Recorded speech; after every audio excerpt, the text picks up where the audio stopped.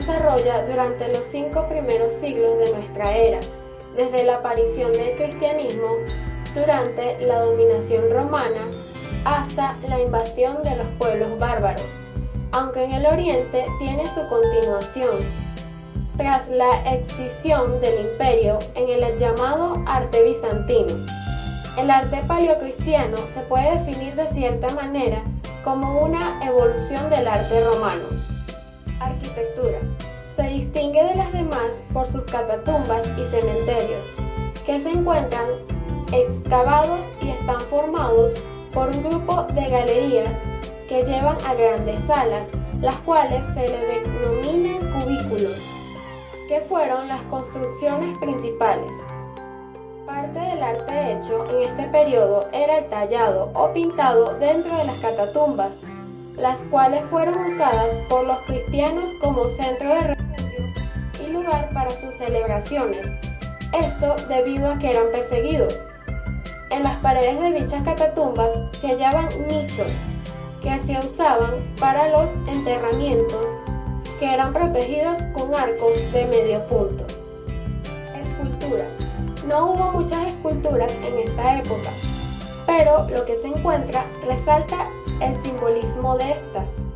La mayoría de las esculturas creadas en esta época eran símbolos de Cristo, esculturas como la del Cordero, el pez y el áncora. Pintura. La pintura es muy escasa en esta época, pero sí se han encontrado muchas pinturas al fresco. Los principales temas usados son los ministerios de la fe, la representación de Cristo, rodeado por los apóstoles, ángeles y algunos santos. Bizantino. Constituye uno de los episodios más importantes del arte universal, ya que tiene como influencias el arte griego y el paleocristiano, así como grandes influencias orientales de persas y musulmanes. Arquitectura. Es heredada de la arquitectura romana y la arquitectura paleocristiana. Es una arquitectura esencialmente religiosa, aunque no faltaron los edificios civiles de importancia.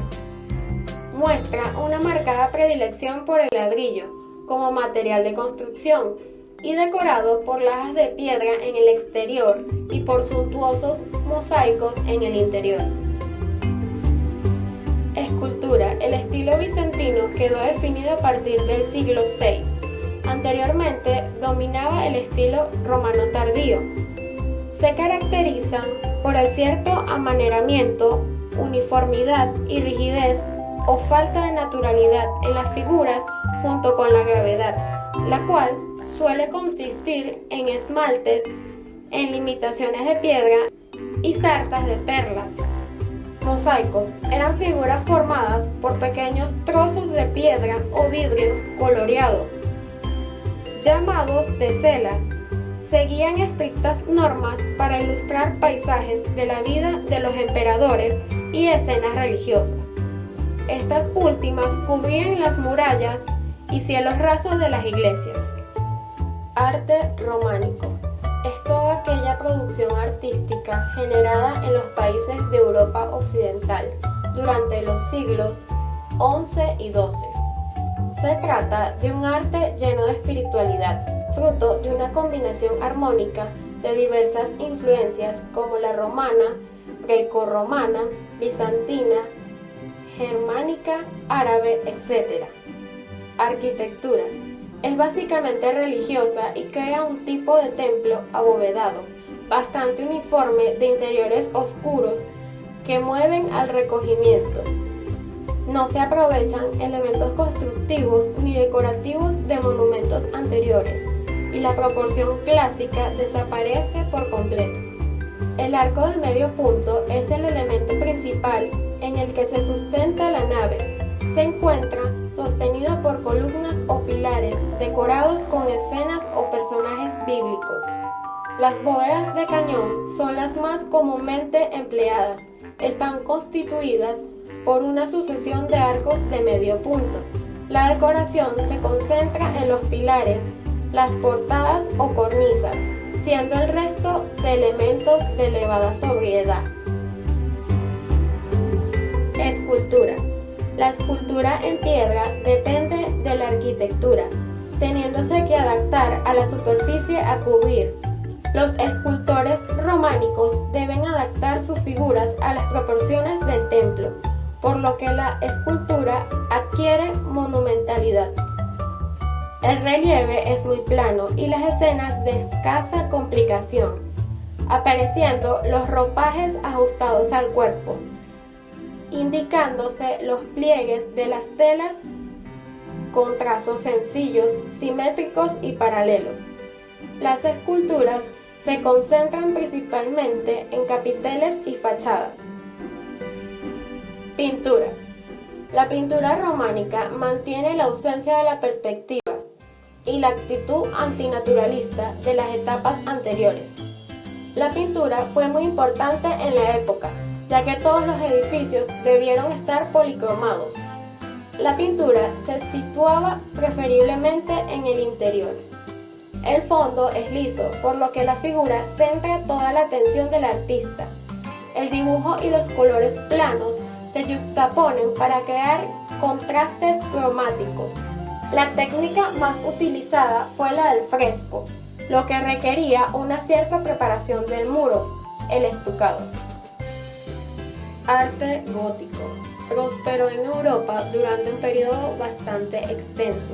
Podría decirse que a mediados del siglo XII y hasta las últimas décadas del siglo XIII, cubriendo de esta forma una buena parte de la Edad Media y los comienzos de la Edad Moderna.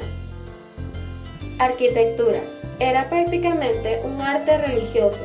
Naturalmente, los elementos arquitectónicos que más se dieron fueron las catedrales. Se destaca en este periodo la obsesión por la verticalidad y la luz.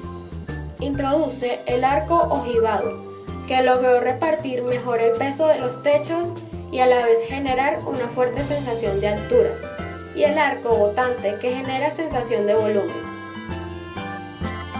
La construcción a mayor altura posibilitó la construcción de amplios ventanales, los que a menudo se complementaron con bellos vitrales con imágenes alusivas.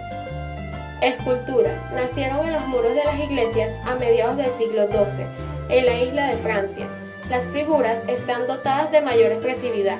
Hay humanización de los personajes que se comunican expresando diversos sentimientos a través de sus rostros y de sus actitudes. Pintura. Se trata de representar el naturalismo, pero no se acerca tanto a la belleza. Se hacían en las paredes de las catedrales. Los murales en fresco, las pinturas sobre tabla, el temple y el óleo son algunas de las técnicas que se emplean. Existen tres periodos del arte gótico. El gótico temprano. La bóveda de crucería aparece en algunas de las iglesias, ejemplo, la Catedral de Notre Dame. Gótico clásico. Las catedrales ganan más altura aún a través de un piso de ventanales que otorga luz casi vertical. El gótico radiante. Aparecen en los dominantes los elementos radiales. Surgen los grandes rosetones.